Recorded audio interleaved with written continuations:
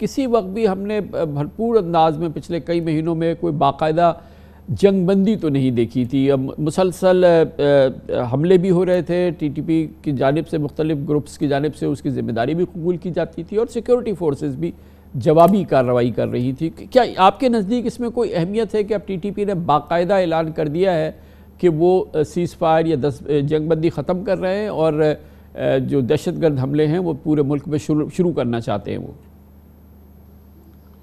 بہت شکریہ کمران خان صاحب.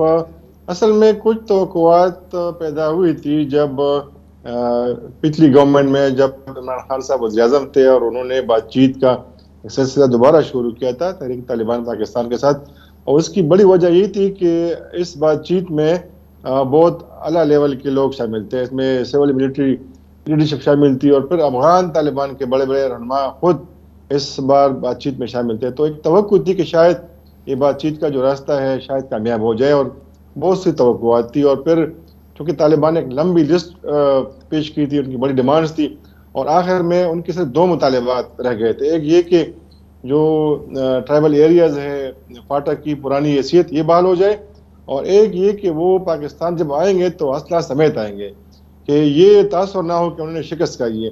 تو یہ 2 مطالبات رہ گئے تھے, اور پھر آپ کو پتہ ہے کہ حکومت چینج ہو گئی. پھر اس بات چیت میں جو اس وقت کے کور کمانڈر تھے جنرل فیض حمید صاحب, انہوں نے بڑی کلیدی کردار ادا کی تھی. وہ خود جاتے تھے افغانستان, ان کے ساتھ ملاقاتیں کرتے تھے.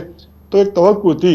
پھر جب یہ ساری ڈیولپمنٹس ہو گئی تو پاکستان میں کسی نے اون نہیں کیا پیس پروسیس کو, اور یہ بات چیت کا جو سلسلہ تھا یہ ختم ہو کر گیا تھا.